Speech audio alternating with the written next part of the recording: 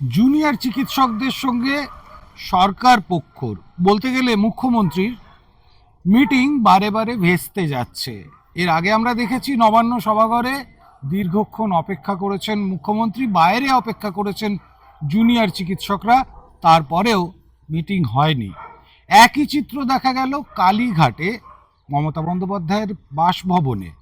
তার বাইরে বৃষ্টির মধ্যে অপেক্ষা করেছেন জুনিয়র চিকিৎসকরা। মমতা তার বাড়ির গেট পর্যন্ত বেরিয়ে এসেছেন, কিন্তু তাও মিটিং হয়নি।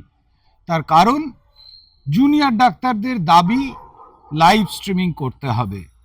আমার প্রাক্তন সহকর্মী প্রীতম দে গতকাল একটা ভিডিও করেছেন। তিনি বলছেন এই ইস্যুটার জন্য সমস্যার যে সূত্রপাত, অনেক লাইটার নোট প্রীতম বলেছেন, এর জন্য দায়ী করা উচিত মার্ক জুকারবার্গকে। কিন্তু লাইটার নোটটা ছাড়া আদতে কি এই ধরনের মিটিং লাইভ স্ট্রিমিং করা যায়?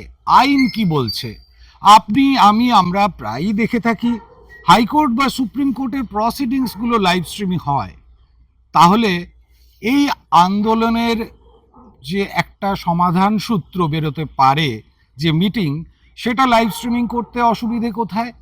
ওয়ান্ডার ওয়ার্ল্ড বাংলার পক্ষ থেকে আমরা আজ সকালে যোগাযোগ করেছিলাম বিখ্যাত আইনজীবী শ্রী অরুণাভ ঘোষকে। তাকে ফোনে আমরা ধরেছিলাম, তার সঙ্গে কি কথা বললাম এবং তিনি কি বলছেন এই ধরনের কোনো সমস্যা সংকুল পরিস্থিতিতে লাইভ স্ট্রিমিং কি আদৌ করা যায়, সেটা আপনারা শুনে নিন।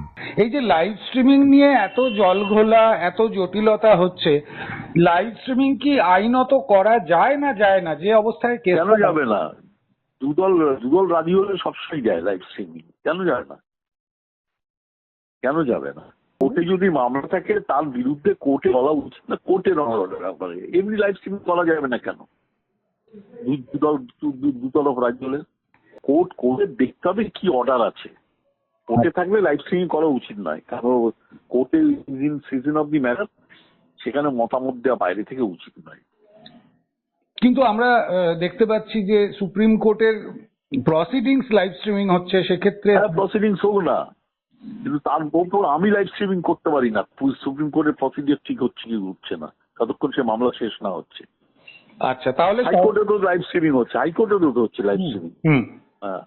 তাহলে সরকার যে দাবিটা করছে যে যেহেতু কেসটা কোর্টে আছে তাই লাইভ স্ট্রিমিং করা যাচ্ছে না, এটা ন্যায়সঙ্গত? হ্যাঁ, হতে পারে।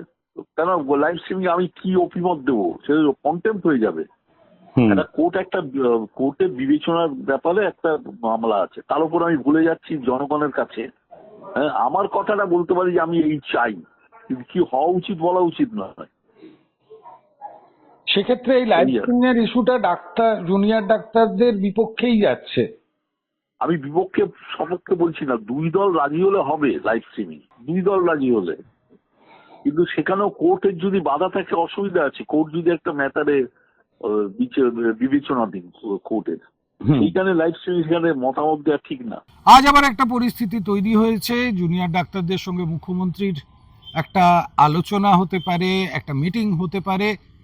কি হবে আগামীতে তার উত্তর ভবিষ্যতেই রয়েছে।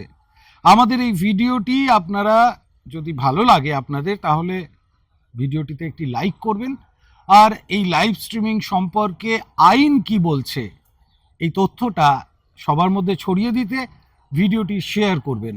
আজ এই পর্যন্তই।